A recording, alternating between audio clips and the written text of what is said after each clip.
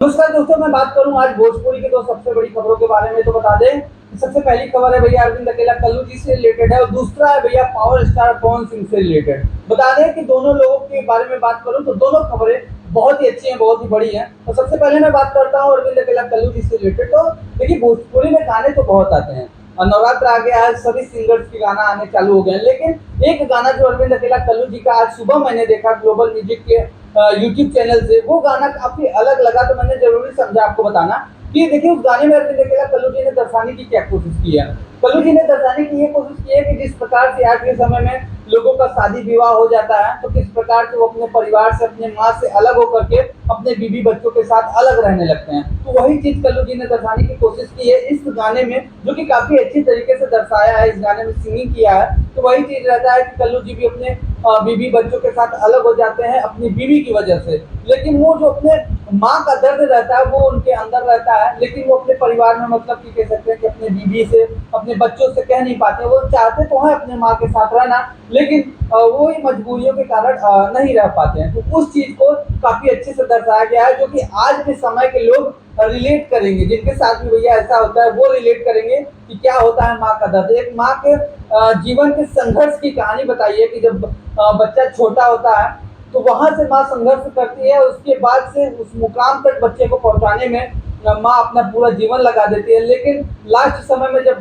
बच्चे को माँ की जरूरत होती है, तब जाकर के बच्चा माँ को ही छोड़ देता है और अपने परिवार के साथ रहने लगता है। तो इस चीज को एक गाने में दर्शाना भैया बहुत ही मुश्किल होता है। लेकिन अरविंद अकेला कल्लू जी ने जिस प्रकार से इस गाने को गाया है, गाने का नाम है भैया कि माँ के कर्जा ना भराई, माई के कर्जा ना भराई गाने का नाम है। और इस गाने को दर्शाने में भैया जो वीडियो डायरेक्शन दिया है भैया, वो रवि पंडित जी ने दिया है। लेकिन गाना लिखा है किसने भैया?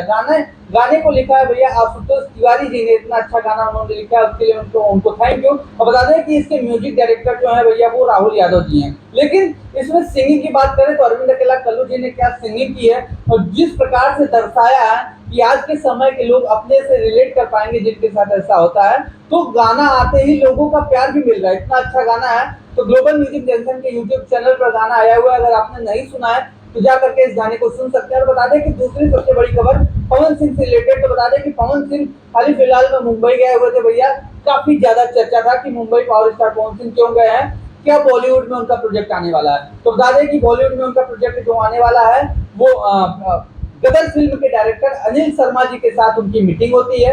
अब मीटिंग होती है तो भैया पावर स्टार पवन सिंह है, तो भैया उनका गाना तो आएगा ही आएगा, कुछ बड़ा ही आने वाला है, क्योंकि भैया गदर फिल्म के डायरेक्टर से मिले हुए हैं जिनका नाम अनिल शर्मा जी है। और हम बता दें कि राजकुमार राव की ही एक फिल्म और आने वाली है, जिसके राजकुमार राव जी की जो फिल्म आने वाली है, जिस फिल्म का नाम है विद्या की वो वाला। इस फिल्म में भी पवन सिंह का भैया गाना आ सकता है। और बता दें कि इस फिल्म में गाने के साथ साथ हो सकता है हमको पावर स्टार पवन सिंह भी हम सभी को देखने को मिल जाए। बाकी अभी तो ये यहीं तक खबरें थी। आपको ये अपडेट जान के कैसा लगा कमेंट सेक्शन में अपनी राय जरूर दीजिएगा। तो वीडियो को लाइक कर दीजिएगा, चैनल पर सब्सक्राइब करिएगा। फिर मिलते हैं ऐसे किसी नए वीडियो के साथ। Thank you.